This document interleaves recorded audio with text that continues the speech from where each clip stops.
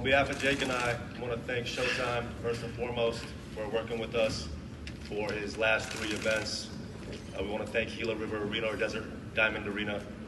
And most of all, we want to thank Anderson Silva for accepting this fight and putting on the tremendous performance that he did. As far as all the media here, we really appreciate you. This business doesn't exist without you, so thank you for being here. Thank you for continuing to support Jake. Go ahead.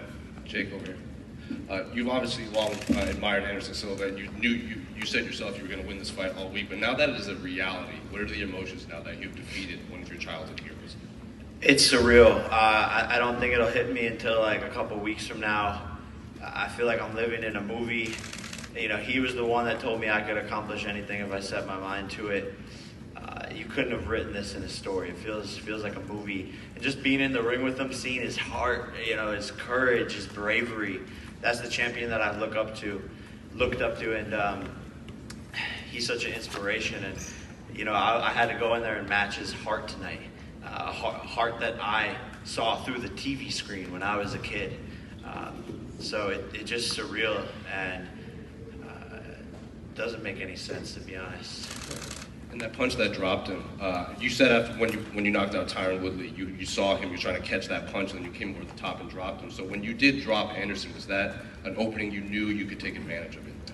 I mean, we were throwing shots all night, and that one just caught him off guard when he was coming up.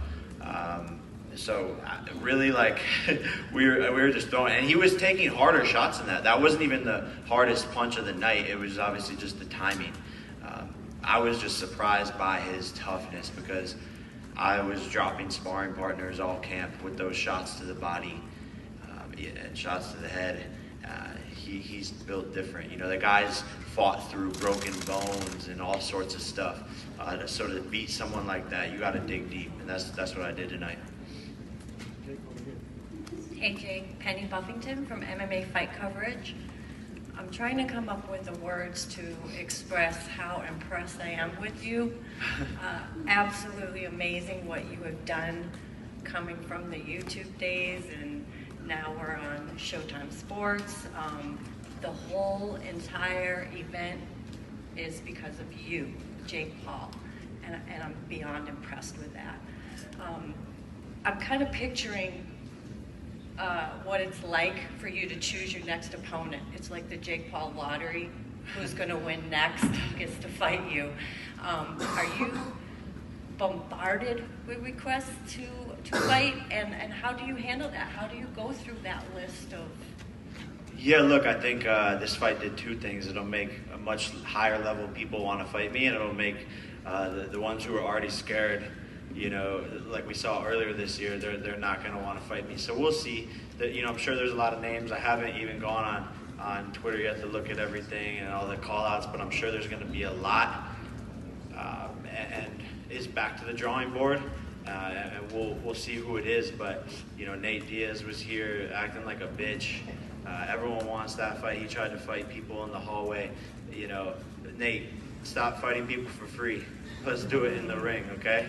I know you're a little slow, buddy, but it's okay. We can make that fight happen.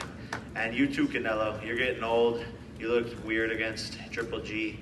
I still want that fight as well. And I think now, like I said it 18 months ago, I want Canelo. And then I was sitting in a room just like this, and everyone was like, oh, fucking idiot. And then now, 18 months later, here we are. And when I say that, maybe people are taking it a little bit more seriously now, and I still mean it, and I still want that fight.